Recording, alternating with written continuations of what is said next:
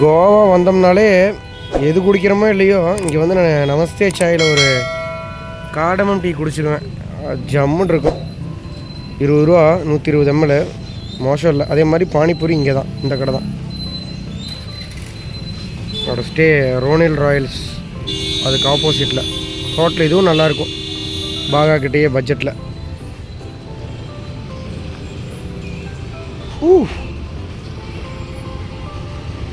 பாருங்க, கில்லி விஜய் கேனப்பு பாகா பீச். மனசார இது ஒரு இட்லி, இது ஒரு சாம்பார், அது ஒரு சட்னி. கொடுக்குற கவர் பாருங்க. இட்லியுமே பொட்டல இந்த கவரில் தான், பிளாஸ்டிக் கவரில் தான்.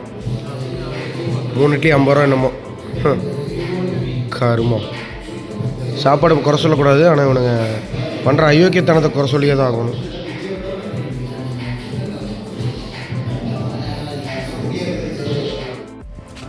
ஆக்சுவலாக அங்கே பின்னாடி பார்த்தீங்கன்னா போலீஸ் பிடிச்சிட்டுருக்குறாங்க.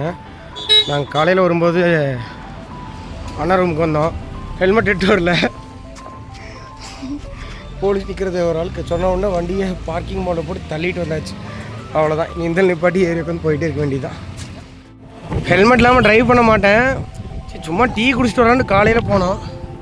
மத்தியானம் ஒரு மணிக்காட்ட போனோம். மணி பாருங்கள் 5:30 போச்சு. அதான் கோவாவில் நேரம் போகிறதே தெரியாது. அப்படியே வந்தாச்சு. நீ ஆஃப் ஃபேஸ் ஹெல்மெட் மட்டும் எடுத்து போட்டு வச்சுக்கோங்க. நான் 2 பேர்த்தில் ஒருத்தர் போட்டால் கூட போதும், பிரச்சனை இல்லை. இல்லைன்னா 1000 ரூபா. இங்கே வருங்க, எல்லாம் கயாக்கிங் போயிட்டுருக்குறாங்க. ஆனால் உண்மை என்னென்னா இது வெறும் 4 அடி 3 அடி உயர்ந்தான் இருக்கும். இது முட்டிங்கள் தண்ணியில் தான் போட்டிங் போயிட்டுருக்குறாங்க. ஸோ அது தெரிஞ்சதுலேருந்து அவாய்ட் பண்ணியாச்சு. தேவையில்லாமல் 1000 ரூபா வெட்டி செலவு.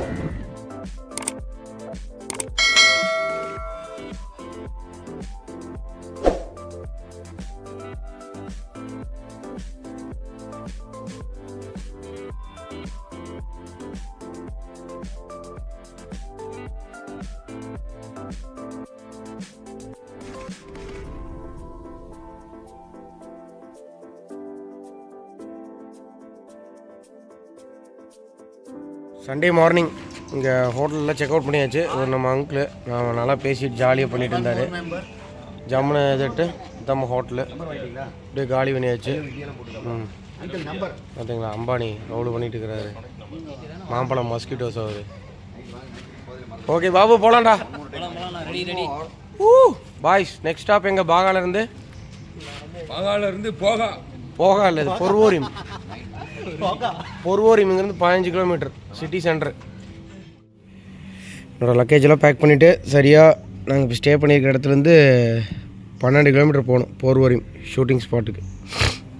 இதை கிளம்பியாச்சு. கூட ஒரு சல்லி ஒன்று ஏறி இருக்குது, சல்லி நாய். ஹெல்மெட்லாம் தூக்கிட்டு அதெல்லாம் கட் பண்ணிடுவோம், கவலைப்படாது அப்படின்னு தான் சொல்லுவேன். நான் போடுவேன். கால் வைக்கிற இடம்லாம் கண்ணி வடி வச்சா எப்படி?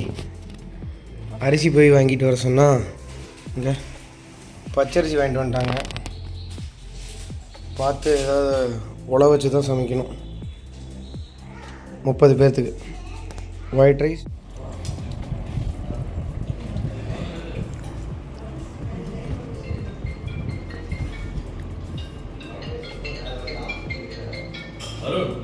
ப்ரோ.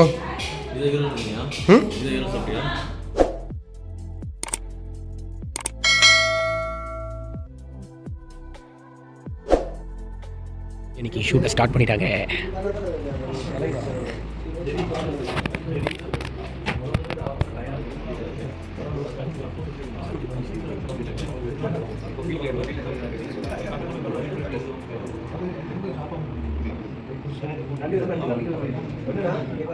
நைட்டுக்கு ஆக்சுவலாக சேமியா தான் பிளான் பண்ணியிருந்தோம்.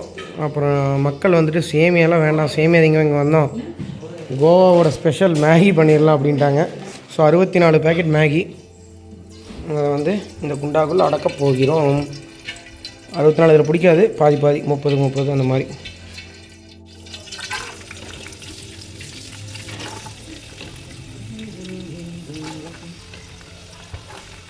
யாருக்கு மாத்திரப்பா என்ன ஒரு சூடாக தண்ணி போதும் தம்பி எடுத்து மாதிரி சீக்கிரம் மாற்று.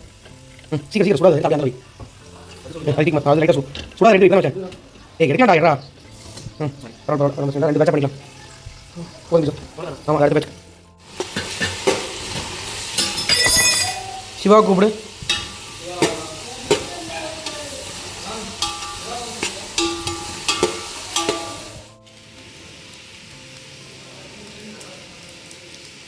First batch 32. ஸோ மசாலாலாம் ஒன்று பண்ணிகிட்டு இருக்குது. ஓகேடா.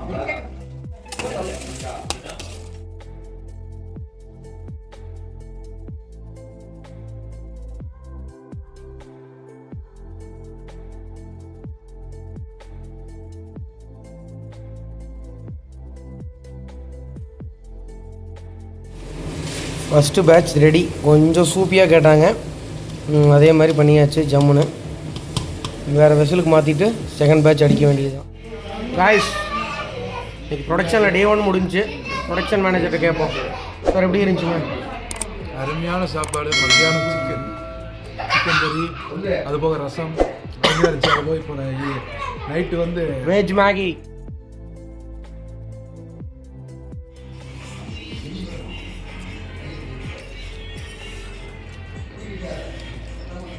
செகண்ட் பேட்சுக்கு டைம் வேஸ்ட் பண்ணாமல் ஃபஸ்ட்டே உடச்சு வச்சிட்டேன். இப்போ எல்லாம் மசாலா போட்டு பேட்ச் கலக்கி பேட்ச் தண்ணி போய் வந்துச்சு. இப்போயே பாட்டி அடிச்சு பண்ணலாம்.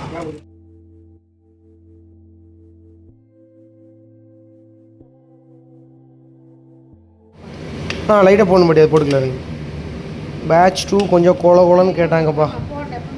கொஞ்சம் கோலன்னு பண்ணியாச்சு. போட்டுக்கலாம் பாட்டி. இந்தல்ல பிரெட் அல்வா பாட்டியுமா பண்ணிட்டு இருக்கிறாங்க. பாட்டியும் ஒரு நடிகை தான். ஏன் பாட்டி? பாட்டி தான் ஹீரோயின். பாட்டி புரியல.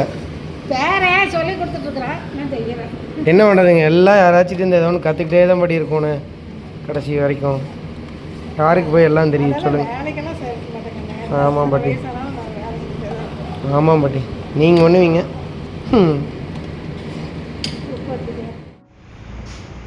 அப்படியே விழாவில் ஜம்முன்னு. வெளியே சுவிட்ச் பாக்ஸ் இல்லை, என்னோடய ஜங்ஷன் பாக்ஸு அப்புறம் சார்ஜரு எல்லாத்தையும் வச்சு ஒரு செட்டப்பே பண்ணிட்டேன். நம்ம வண்டிக்கு எங்கள் வீட்டில் எப்படி சார்ஜ் போடுற வசதி இருக்குமோ அதே மாதிரி பண்ணி விட்டாச்சு. எப்பப்போலாம் வெளியே போய்ட்டு வரணும், வந்தோடனே எடுத்து குத்திடுறது, அவ்வளோதான்.